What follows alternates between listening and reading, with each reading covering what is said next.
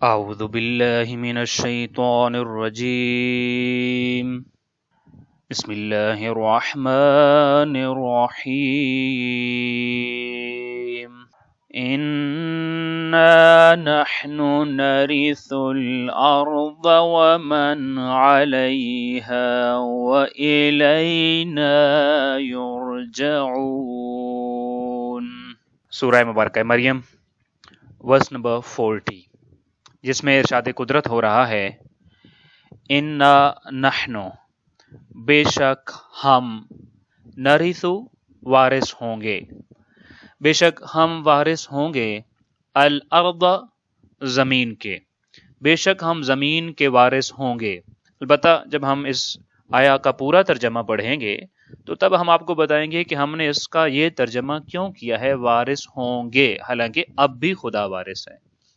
اب بھی اس سب کچھ کا مالک اللہ کی ذات ہے۔ انا نحن نرث الارض، بے شک ہم وارث ہوں گے زمین کے، ومن، اور اس کے کہ جو علیہا، اس پر ہے، یعنی اس زمین پر ہے، وَإِلَيْنَا، اور ہماری طرف، یرجعون، وہ لوٹائے جائیں گے۔ اس پوری آیت کا ترجمہ اس طرح سے ہو جائے گا، آخر کار ہم ہی زمین کے اور جو کچھ اس کے اوپر ہے اس کے وارث ہوں گے، اور سب ہماری طرف لوٹائے جائیں گے۔ سورہ مریم کی ورس نمبر 40 ذکر حضرت عیسیٰ و حضرت مریم کی آخری آیا ہے۔ یہاں پر آ کر حضرت مریم سلام اللہ علیہا کا تذکرہ جو اس سورہ میں ہو رہا تھا، اور حضرت عیسیٰ کا تذکرہ اور ان کی معجزانہ ولادت اور ان سے جڑے ہوئے دیگر واقعات کا تذکرہ ہو رہا تھا، یہ ان کی آخری آیا ہے۔ اس آیا سے پہلے چونکہ یوم الحسرہ کی بات کی گئی تھی ورس نمبر 39 میں، کہ ان لوگوں کو ڈرا دیجئے اس دن سے کہ جو حسرتوں کا دن ہے، اور جب فیصلہ کر دیا جائے گا اور اس وقت تک یہ غفلت میں پڑے رہیں گے اور ایمان نہیں لائیں گے، تو اس یوم الحسرہ کا تتمہ اس آیا میں بیان ہو رہا ہے، یعنی اس حسرت والے دن کی کچھ دیگر ڈیٹیل ایسی ہیں جو یہاں اس آیا کے اندر بیان کی جا رہی ہیں۔ اسی لیے ہم نے اس کا یہ ترجمہ کیا کہ وارث ہوں گے، یعنی اس دن کی جو کہ بات ہو رہی تھی تو اس دن کا تذکرہ ہے کہ اس دن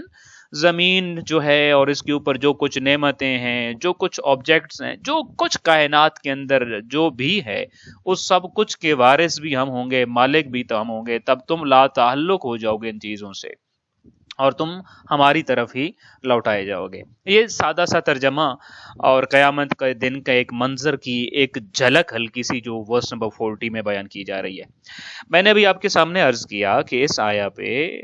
بظاہر یہ لگتا ہے کہ قصہ حضرت مریم و حضرت عیسیٰ علیہ السلام ختم ہو رہا ہے، لیکن در حقیقت اگر آپ تاریخی شواہد کو اٹھائیے اور تفسیری بطون کو اٹھائیے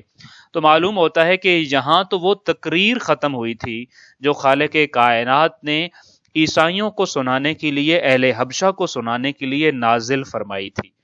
یہی ایگزیکٹ وہی آیات ہیں جو حضرت جعفر طیار نے دربار نجاشی میں بیان کی تھیں اور جن کی تلاوت کی تھی، اور یہ اس موقع کے حوالے سے ان آیات کا خاص تعلق اور خاص واسطہ ہے۔ لہذا جب تاریخی حقائق ہمارے مد نظر ہوں اور پھر ان آیات کو پڑھا جا رہا ہو کہ یہ آیات کہاں پہ پڑھی جا رہی تھیں، تو پھر اس چیز کا بڑا خوبصورت لطف ملتا ہے انسان کو۔ میں ذاتی طور پہ یہ سمجھتا ہوں کہ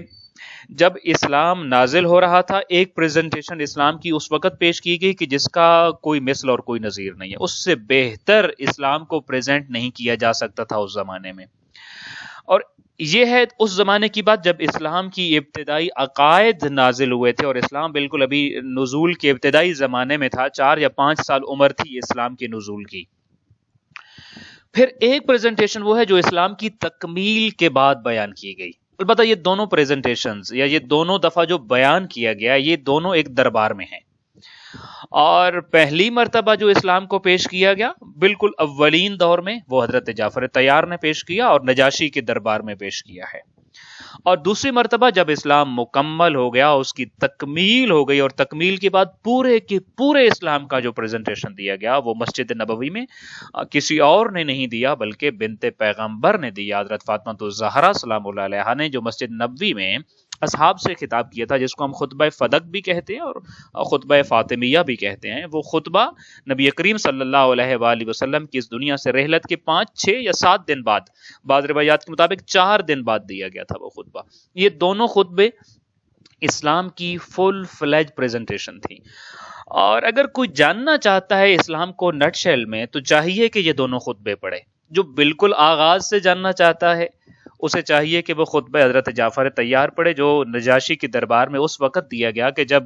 نجاشی کے بظاہر دوست سمجھے جانے والے افراد، جن کو عمرو ابن عاص کے نام سے اور عبداللہ ابن ابو ربیہ کے نام سے اور ہمارا ابن ولید کے نام سے دنیا جانتی ہے، اور جو بظاہر نجاشی بادشاہ کے تعلق دار تھے اور دوست کہے جاتے ہیں، اور پھر یہ تحائف اور تحفے لے کر وہاں پہ جب نجاشی کے دربار میں گئے تھے کہ وہاں پہ جا کر یہ کہیں کہ کچھ ہمارے احمق اور سر پھرے غلام ہیں اور وہ بغاوت کر دی انہوں نے، اور انہوں نے تمہاری زمین پر آ کر اور سرزمین حبشہ پر آ کر پناہ لے لی ہے، تو اب ہم ان کو اپنے علاقے میں پلٹانا چاہتے ہیں، اور انہوں نے صرف ہم سے ہی بغاوت نہیں کی بلکہ ہمارے باپ دادا کے مذہب جو ہے اس سے بھی بغاوت کر لی ہے، اور جس مذہب کو یہ انتخاب کیے ہوئی ہے نہ وہ ہمارا مذہب ہے نہ ہی وہ تمہارا عیسائیت کا مذہب ہے، اور یہ کسی نئے دین کی وجہ سے بغاوت پہ اتر آئے ہیں تو انہیں ہمارے سپرد کر دیا جائے۔ یہ وہ مدعا تھا، یہ وہ دعویٰ تھا جو قریش کے سردار لے کر حبشہ کی سرزمین پہ گئے تھے، اور پھر وہاں پہ حبشہ میں اور نجاشی کے دربار میں جب موقع ملا مسلمانوں کو کہ تمہارا اپوننٹ آیا اور وہ یہ کہہ رہا ہے تم بتاؤ ماجرا کیا ہے، تم کون ہو اور جو دین تمہارے حوالے سے منسوب کیا جا رہا ہے وہ دین کیا ہے، کیا کہنے، بخدا اس خطبے کو ضرور پڑھیے، اور میں تو کہتا ہوں بلکہ بارہا پڑھیے اپنی زندگی میں، کہ ان 2 سوالوں کا جواب دیا جناب جعفر طیار نے کہ ہم کون ہیں اور ہمارا دین کیا ہے۔ البتہ یہ 2 باتیں سننے کے بعد پھر نجاشی نے ایک اور فرمائش بھی کی تھی اور خواہش بھی کی تھی کہ تمہارے اور تمہارے دین کے بارے میں جو کلام اللہ تمہارے پاس ہے وہ بھی سناؤ، اور جب یہ 3 چیزیں سنی تھی تو اس نے اپنا وہ تاریخی فیصلہ سنایا تھا، جو آج بھی تاریخ کے چہرے کے لیے اور تاریخ کے لیے ایک جمر کی حیثیت رکھتا ہے اور ایک سٹار ہے اس کے لیے۔ اور وہ اس خطبے کے میں اگر الفاظ آپ کے سامنے تبرکن بیان کروں تو جناب جعفر طیار نے کہا تھا کہ ایھا الملک کنا قوما اہل الجاہلیہ نعبد الاصنام وناکل المیت ونأتی الفواحش ونقطع الارحام ونسیء الجوار ویأکل القوی منا الضعیف فکنا علی ذلک۔ اگر ہم سے پوچھتے ہو کہ ہم کون ہیں تو اے بادشاہ ہم تو جاہل تھے، بت پرست تھے، مردار کھاتے تھے، غلیظ کام کرتے تھے، رشتہ داروں کے ساتھ برائی کے ساتھ پیش آتے تھے، ہمسایوں سے بدسلوکی کرتے تھے، ہم میں سے طاقتور اور زوراور کمزوروں کو دبا لیتا تھا، فَكُنَّا عَلَى ذَلِكَ ہم یوں ہی زندگی بسر کر رہے تھے، حَتَّى بَعَثَ اللَّهُ إِلَيْنَا رَسُولًا مِنَّا یہاں تک کہ اللہ نے ہم میں سے ہی ہمارے اندر ہمارے لیے اپنا ایک نبی بھیجا، نعرف نسبہ ہم اس کا نسب بھی جانتے تھے، وصدقہ وامانتہ وعفافہ اس کی ساری کوالٹیز کو جانتے تھے۔ پھر اس کے بعد ہمیں وہ مذہب ملا، فدعانا الی اللہ لنوحدہ ونعبدہ ونخلع ما كنا نعبد نحن وآباؤنا من دونه من الحجارة والأوثان فأمرنا بصدق الحديث وأداء الأمانة وصلة الرحم وحسن الجوار والكف عن المحارم والدماء ونهانا عن الفواحش وقول الزور وأكل مال اليتيم وقذف المحصنات وأمرنا أن نعبد الله وحده لا نشرك به شيئا وأمرنا بالصلاة والزكاة والصيام۔ اور پھر اس کے بعد یہ کہا کہ فدد علیہ امور الاسلام فصدقناہ وآمنا بہ واتبعناہ علی ما جاء بہ من اللہ فعبدنا اللہ وحدہ فلم نشرک بہ شیئا۔ مطلب یہ پوری تقریر جس کو آپ عربی الفاظ سے بھی جس کے مطلب سمجھ رہے ہوں گے کہ کہاں سے اس گفتگو کا آغاز کیا، یہ آپ کے سامنے عرض یہ کر رہا ہوں کہ اس گفتگو میں جب وہ خطبہ پڑھا جناب جعفر طیار نے تو اس کے بعد نجاشی نے یہ چاہا کہ اس دین کو، جس دین کا پریزنٹیشن بیان کر رہے تھے جناب جعفر طیار، تو نجاشی اس قدر متاثر ہو رہا تھا کہ وہ کہنے لگا حل معک مما جیء بہ عن اللہ من شیء، کہ جعفر طیار آپ کے پاس آپ کے پیغمبر کے لائے ہوئے چیزوں میں سے، کلام میں سے، تعلیمات میں سے کوئی ایسی چیز ہے جو مجھے بھی سنائیے؟ تو جناب جعفر طیار نے اس موقع پر سورہ مریم کی ان آیات کی تلاوت کی جن میں قصہ حضرت مریم اور حضرت عیسیٰ بیان ہوا ہے، اور یہ وہ آخری آیت تھی سورہ مریم ورس نمبر 40 جو اس وقت آپ کی اسکرین کے سامنے آپ کو دکھ رہی ہے کہ انا نحن نرث الارض ومن علیہا والینا یرجعون۔ یہ وہ آیات تھیں جس میں حضرت مریم کا تذکرہ بھی تھا، جس میں حضرت عیسیٰ کا تذکرہ بھی تھا، اور جس میں اسلام کی پریزنٹیشن کو بیان کیا گیا تھا۔ اور کہا یہ جاتا ہے کہ جب یہ آیات بیان کی جا رہی تھی تو نجاشی یہ سن کر رو رہا تھا اور آنسو اس کے رخساروں پہ بہہ رہے تھے اور اس کی ریش جو تھی وہ تر ہو رہی تھی، اور صرف وہی نہیں بلکہ اس کے پادری اور مذہبی پیشوا بھی گریہ ازاری کر رہے تھے، اور ان کے سامنے جو انجیل مقدس کھلی ہوئی تھی اس کے اوراق آنسوؤں سے شرابور ہو رہے تھے، اور جناب جعفر طیار جوں جوں اپنے کلام کو بڑھاتے جا رہے تھے دھیرے دھیرے ان کی آواز بلند ہوتی جا رہی تھی، اور پھر حضرت مریم اور قصہ حضرت عیسیٰ کو بیان کرتے جا رہے تھے۔ اور جب آپ رکے، اس ورس نمبر 40 کو تلاوت کر کے رکے، تو پھر اس وقت نجاشی نے ایک جملہ کہا کہ اِنَّ هَذَا وَالَّذِي جَاءَ فِيهِ عِیسیٰ لِیَخْرُجَ مِن مِشْکَاةٍ وَاحِدَةٍ، یہ کلام جو اب ہم نے سنا اور وہ کلام جو عیسیٰ علیہ السلام لائے تھے اور تعلیمات عیسیٰ، اور یہ کلام ایک ہی چراغ کی روشنی ہے، یہ ایک ہی چراغ سے نور نکل رہا ہے، اور یہ ایک ہی چراغ کے برہان ہیں، دلائل ہیں، روشنی ہے۔ اور پھر اتنا اثر ہوا تھا کہ پھر نجاشی نے دوسرا جملہ یہ کہا تھا کہ فلا واللہ لا اسلمہم الیکما ولا یکادون، خدا کی قسم میں ان اپنے ہاں پناہ لینے والوں کو، جعفر طیار کے اس گروہ اور لشکر کو تمہارے حوالے نہیں کروں گا بلکہ میں ان کا دفاع کروں گا۔ روایات میں اور تاریخ میں یہ ملتا ہے کہ چونکہ جو درباری تھے نجاشی کے انہوں نے رشوت لی ہوئی تھی، اور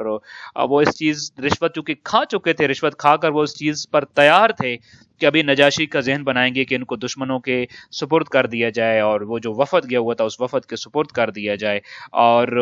چونکہ